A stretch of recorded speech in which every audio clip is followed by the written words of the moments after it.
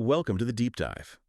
Our mission is always to take these complex, often difficult stories, pull apart the evidence, and give you the context you need to really understand what happened and, just as importantly, why it still matters today. Today, we're doing a very meticulous and, frankly, a heartbreaking deep dive, looking at one of the most enduring cold cases in modern American history, the abduction and murder of Jacob Wetterling. This case haunted a community in Minnesota for almost 3 decades, but its impact went so much further. It actually, fundamentally changed child protection laws across the entire United States. So our job here is to navigate this really difficult 27-year timeline. We're going to unpack the details of the crime itself, analyze the investigative failures that let the case go cold for so long, and then pinpoint the breakthroughs that finally led to a confession. And finally, we'll examine the profound legislative legacy that came directly from this tragedy. It's just a devastating story. The basic facts are, they're very straightforward. Jacob Irwin Wetterling, born in 1978. On October 22, 1989, he was 11 years old. That was the night he was kidnapped and murdered in his hometown of St. Joseph, Minnesota. The search for Jacob became this national story, a national vigil, really, but the person who did it remained a complete mystery for nearly 27 years. So let's go back to that night, October 22, 1989. It's a Sunday evening, just after 9 o'clock. Jacob, who's 11, is doing something completely normal, something thousands of kids were doing that night. He's biking home with his younger brother Trevor, who was 10, and a friend Aaron Larson, who was also 11. They'd just been to a convenience store to rent a video. I mean, it's the absolute picture of small-town American life. Total innocence. But that was shattered in an instant. The perpetrator, who we now know as Danny Heinrich, he emerged from a driveway right in their path. He was masked, wearing a stocking cap over his face, and he was carrying a revolver. And the sources are specific about the weapon, aren't they? There's a detail there that's pretty significant. They are. The gun was unloaded. Unloaded. That tells you something, doesn't it? It suggests this wasn't about the act of shooting, but about pure psychological control. The visual threat was everything. Exactly. It was about creating instant, absolute fear and compliance. And it worked. He immediately ordered all 3 boys to stop, throw their bikes into a ditch, and lie face down on the ground. And this is where you start to see his method, his chilling modus operandi come into play. The way he selected his victim. How did he do that? He started by asking each boy his age. Just cold, methodical. Very. He started with Trevor, Jacob's 10-year-old brother. He told him to get up, run towards a nearby wooded area, and not look back. And he added a threat. If you look back, I'll shoot you. My goodness, for a 10-year-old boy, that must have been just paralyzing terror. Unimaginable. And once Trevor was gone, Heinrich turned to the 2 11-year-olds, Jacob and Aaron. He told them to turn their heads so he could see their faces. So he's appraising them. He's appraising them. There's this silent moment, and then he chooses Jacob. He gives Aaron the exact same command he gave Trevor. Run towards the woods, don't look back, or I'll shoot. And that was it. That was the last time anyone, besides his killer, ever saw Jacob Wetterling alive. That was the moment. Right. The line was crossed. The reaction in St. Joseph must have been instantaneous. The town was just completely rocked. A massive search effort kicked off almost immediately. And we're not just talking about the local police. Right, this went national very quickly. Very quickly. You had local police, the FBI, even the Minnesota National Guard was deployed. The scale was huge right from the start. And the community response was just as big. This became a mission for everyone there. Oh, absolutely. The Friends of Jacob Wetterling Center was formed almost right away. It became a hub for volunteers, for organizing searches, printing flyers, managing the thousands of tips that started flooding in. There was this incredible surge of hope and determination. But this is where we hit the first and maybe the most painful part of the investigation's failure. Because despite all that energy, all those resources, the case went cold. It did. And the tragedy within that tragedy is that they actually spoke to the man who did it very early on. You mean Heinrich was on their radar for the beginning? He was. Our sources confirmed that Danny Heinrich, who was a local, was questioned by investigators on December 16th, 1989. That's less than 2 months after the abduction. Less than 2 months. They even took a DNA sample from him, but he was released. Yeah. Lack of sufficient evidence. They couldn't connect him directly to the crime scene. They couldn't break his story. So they had his DNA in a file, but they let him walk out the door. And that failure, that inability to connect the dots right there in 1989 is what allowed this case to stay unsolved for the next quarter of a century. It created a black hole that the investigation just fell into for decades. That is just devastating to think about. Yeah. And it really forces you to look at the broader context, because what we know now is that this wasn't some isolated first-time offense. Jacob's abduction was part of a pattern. That's the critical piece that was missing for so long. To understand this case, you have to talk about Jared Shirel. His case was the key that ultimately unlocked everything. And that happened before Jacob was taken, right? Yeah. Yes, about 9 months before. On January 13th, 1989, Jared Shirel was 12 years old at the time. He was kidnapped, sexually assaulted, and threatened in Cold Spring, Minnesota. And how far is Cold Spring from where Jacob was abducted? That's the thing. It's only about 10 miles away, 16 kilometers. The proximity in both time and geography should have been a massive red flag. And the method?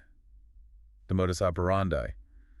Was it similar? It's chillingly similar, almost a mirror image. Jared's statement confirmed the attacker used a gun, that same tool of intimidation, and then after the assault, when he released him, he gave the exact same command. Don't look back. Run and don't look back or I'll shoot you. When you see an identical script like that, used in two towns just 10 miles apart, you're not looking for two different people. You're looking for a serial predator. But the pattern might go back even further than that from what the sources say. There were other attacks. There were. Much later, in 2014, investigators finally started to connect a much wider web. They went back and re-examined a series of attempted and actual child molestations in the Paynesville area. And Paynesville is, what, about 40 minutes from St. Joseph? About that, yeah.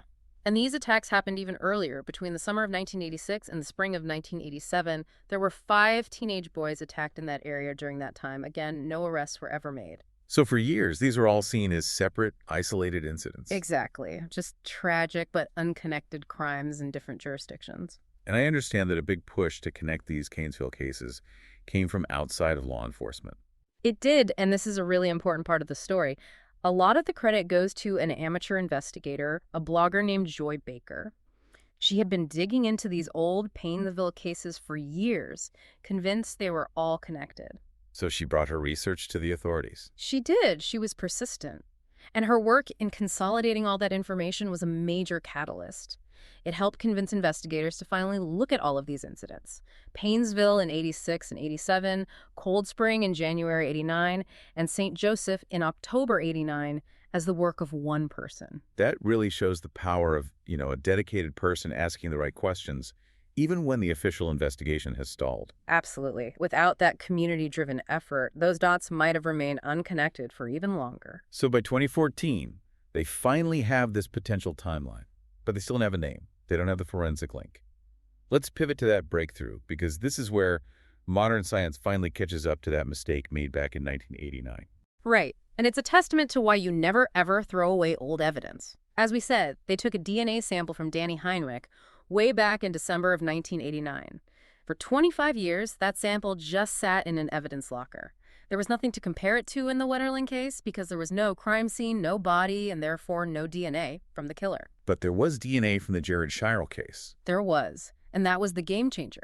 In 2015, as part of a renewed push, investigators started running old DNA samples against evidence from other unsolved crimes. And they got a hit.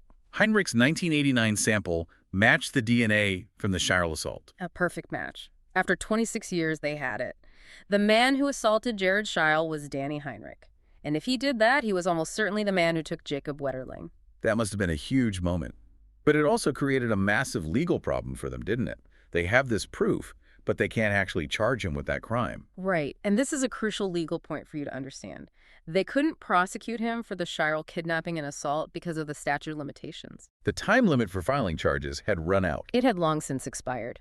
For those types of crimes in Minnesota at the time, once that clock runs out, it's over. You can have a videotaped confession and a perfect DNA match, and you still can't file charges. So they have their man, they know he's a serial predator, but they can't touch him for the one crime they can forensically prove. It was an enormous tactical challenge. They had the identity, but no leverage. No way to hold him. So how do they create that leverage? They had to find another way in. This is where the federal government gets involved. They used federal law to get around the limitations of state law. First, in October 2015, they publicly named Heinrich as a person of interest in the Wetterling case. That put a huge amount of pressure on him. And then they got a search warrant. A federal search warrant for his house. And during that search, they found what they needed to make an arrest. They found child sexual abuse material on his computer. Child pornography. Yes, and possession of that material is a serious federal crime. And critically, the feds weren't bound by the expired state statute of limitations on the Shiles case. So that became the tool. The pornography charge wasn't the ultimate goal. It was the mechanism to finally get him off the streets and into a room where they could talk to him. It was precisely that. On October 28, 2015, they arrested him on 25 federal counts of possession of child pornography, and suddenly the entire dynamic shifted. He wasn't a free man anymore. He was in federal custody, facing a very long time in prison. And that pressure is what finally led to the truth about Jacob. That pressure is what broke the case. Which brings us to the confession, the discovery of Jacob's remains, and a plea deal that, for many people, was a very bitter pill to swallow. It was an agonizing decision for everyone involved. Heinrich was facing overwhelming evidence on those 25 federal charges. He knew he was going away for a long time. His only move was to make a deal. Can you walk us through the terms of that plea bargain? Because it was very specific. It was. Heinrich agreed to cooperate completely. That meant telling them everything that happened to Jacob and, most importantly, leading them to where he had buried the body. And in exchange? In exchange, prosecutors agreed to two major concessions. First, he would only have to plead guilty to one of the 25 pornography charges. And second, and this is the most difficult part, they agreed they would not charge him with the murder of Jacob Wetterling. So they traded a murder prosecution for answers, for the location of Jacob's body. That must have been a source of intense debate. It was. But you have to look at it from the prosecution's perspective and from the family's. Without a body, getting a murder conviction after 27 years would have been incredibly difficult, maybe impossible. A jury could have acquitted him. A risk of him walking free. A huge risk. This deal guaranteed he would be locked up for a long time on the federal charge, and, crucially, it gave the Wetterling family what they'd been waiting 27 years for. Closure. The chance to bring their son home. And that moment of closure finally came on September 1st, 2016. On that day, Heinrich held up his end of the bargain. He led investigators out to a pasture near Paynesville, Minnesota. Paynesville again, near where those earlier attacks happened. And near where Heinrich was living back in 1989. He took them to a specific spot and they started to dig. And they found him. They found Jacob's clothing and they found human remains. 2 days later, on September 3, dental records confirmed the unthinkable. It was Jacob. I remember his mother, Patty Wetterling's statement. It was so powerful. Jacob has been found and our hearts are broken. That captures the feeling perfectly, doesn't it? Relief and devastation all at once. The end of a 27-year search. They finally knew. And the horrible details of what they now knew came out in a court hearing before Judge John Tunheim. Heinrich had to confess, under oath, to everything. He did. The confession was just horrific. He testified that after he kidnapped Jacob, he handcuffed him, drove him to that gravel pit near Paynesville, and sexually assaulted him.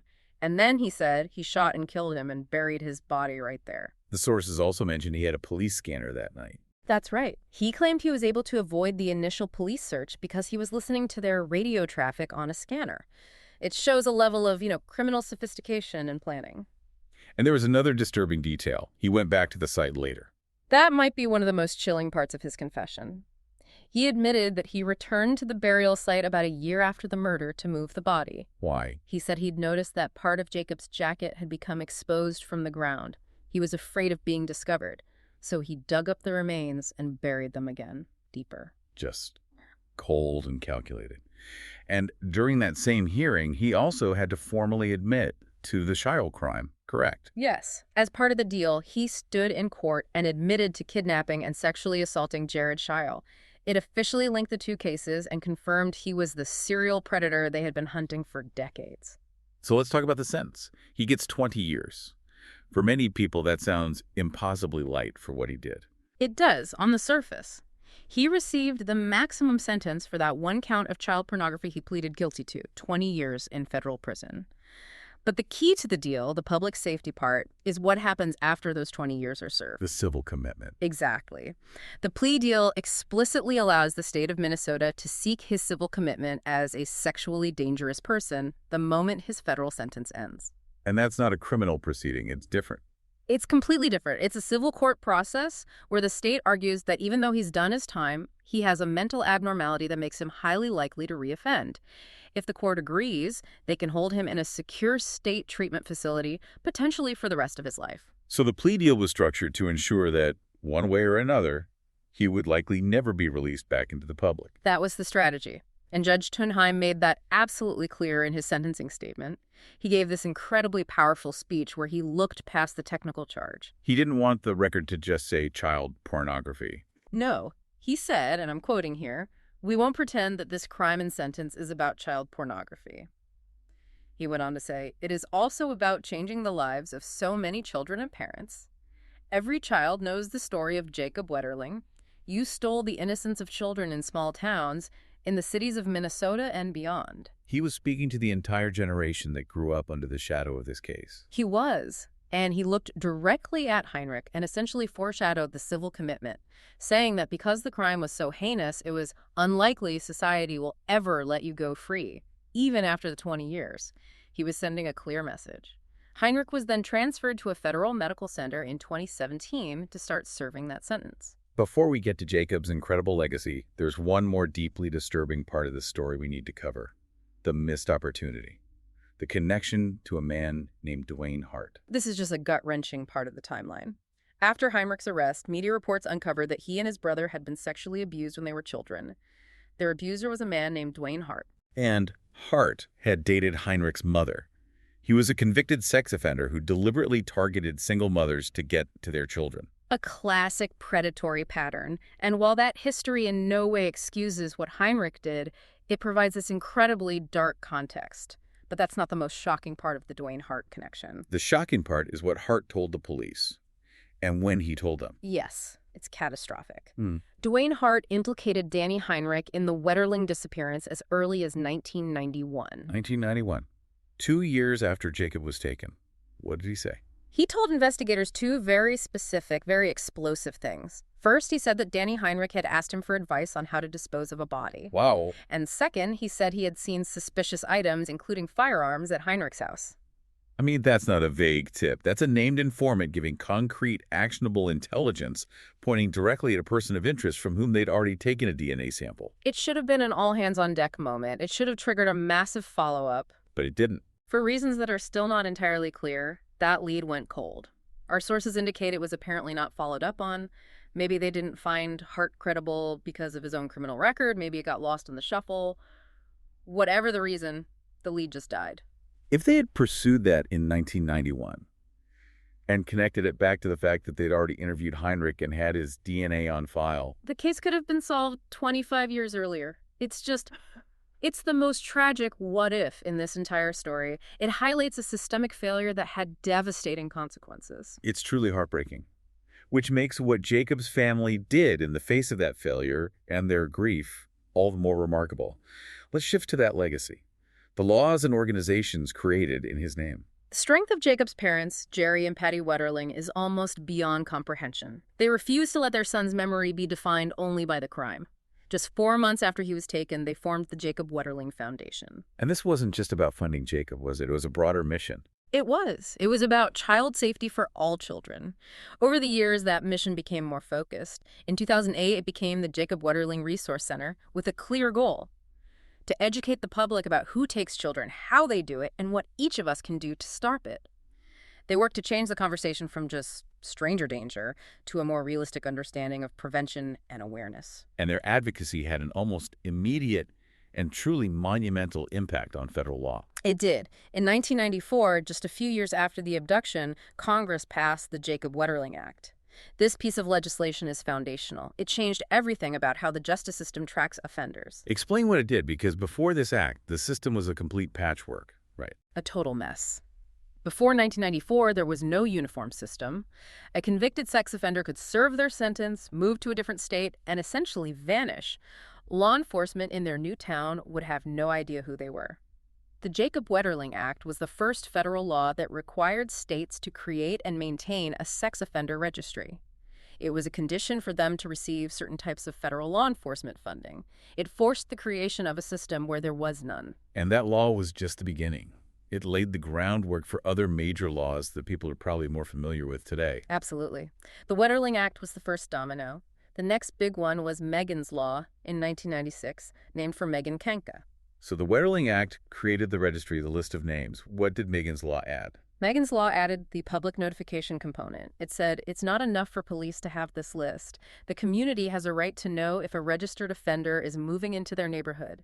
It mandated that states create systems to inform the public. So now you have registration and notification, and then a decade later, another law built on top of that framework. Right.